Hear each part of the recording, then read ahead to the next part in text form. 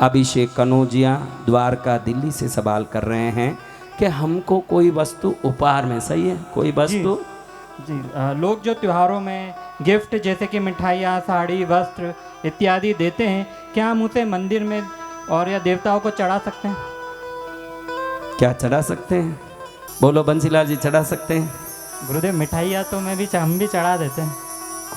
अच्छा ठीक है भैया। अभी देखिएगा, अपने परंपरा रही भारत की कि त्योहारों में किसी को मिलने जाएं। अधिकतर मैंने देखा है कि एक डिब्बा जरूर 30 घरों में घूमता है, वो है सोन पापड़ी का डिब्बा। वो बराबर 2530 घर घूमेगा, आगे से आगे निकला है तो समझना कि ये घूम फिर रहा है, इसको कोई नहीं खोलता।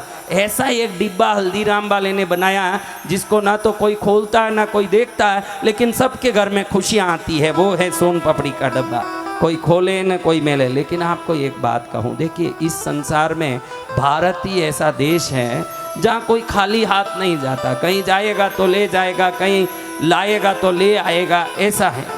तो अधिकतर दीपावली हो, कोई भी पर्व हो, तो हमारे दक्षिण में कई लोग साड़ी, जैकेट, कुमकुम, हल्दी भी घर की सुहागिन को देते हैं और कई वस्तु देते हैं, और लोग इसको अपने देवता पर भी चढ़ाते हैं। ध्यान रखना एक बात, सबसे पहली बात अभिषेक कनौजिया जी, सबसे पहली बात ये है कि जब ये वस्तु आपको किसी ने दिया तभी ही ये वस्तु आपकी हो गई, अब वो उनकी रही नहीं। आपकी वस्तु आप किसको चढ़ाओगे, इसका पूरा अधिकार आपके हाथ में है, ये अब दूसरों के हाथ में नहीं है। उन्होंने वो वस्तु आपको भेंट कर दी, अब ये वस्तु किसकी रही? अब आपकी वस्तु आप जिसको चाहें दो। उसमें मनुष्य हो सकते हैं, पशु पक्षी हो सकते हैं, कई लोग गांठिया सेब ला के देते हैं, तो आपको अच्छा लगे तो अगले दिन कौवे को दे सकते हो। अब देखना यही बात है कि जो वस्तु लाया गया है ये पहले से ही किसी को चढ़ा हुआ तो नहीं है।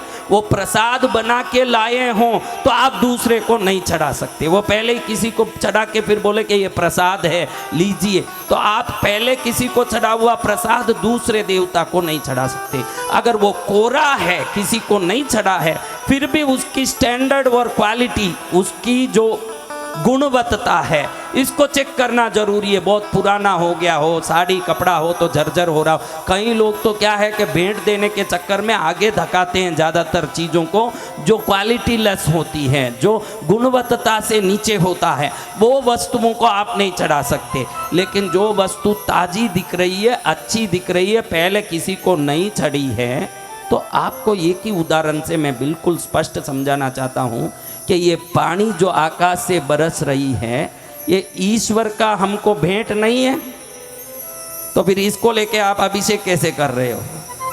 तो पानी जो भगवान का दिया हुआ भेंट आप भगवान को चढ़ा सकते हो, तो इंसान के दिए हुए भेंट भी आप भगवान को चढ़ा सकते हो।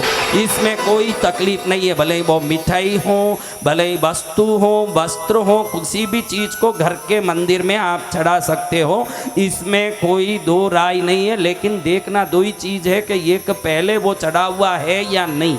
वो बिल्कुल शुद्ध और नूतन हो तो आप चढ़ा सकते हो। उनको ही पूछना, ये प्रसाद जो ला रहे हैं उनको पूछ लेना कि ये प्रसाद है, ये नया है। पूछने में कोई गलती नहीं, इसमें शर्म खाओगे तो नुकसान में रहोगे। ये नूतन है या प्रसाद है? प्रसाद है तो आप खाओ, नूतन है तो पहले भगवान को चढ़ा के ही खाओ और अच्छा, घर के देवता को चढ़ा के ही खाओ और अच्छा। लेकिन डेट देख लेना उस पर, पुराना है कि नया है कि शुद्ध है कि कोई गलत चीज़ चढ़ाना नहीं है। उसकी गुणवत्ता, उसकी क्वालिटी और स्टैंडर्ड को चेक करना है।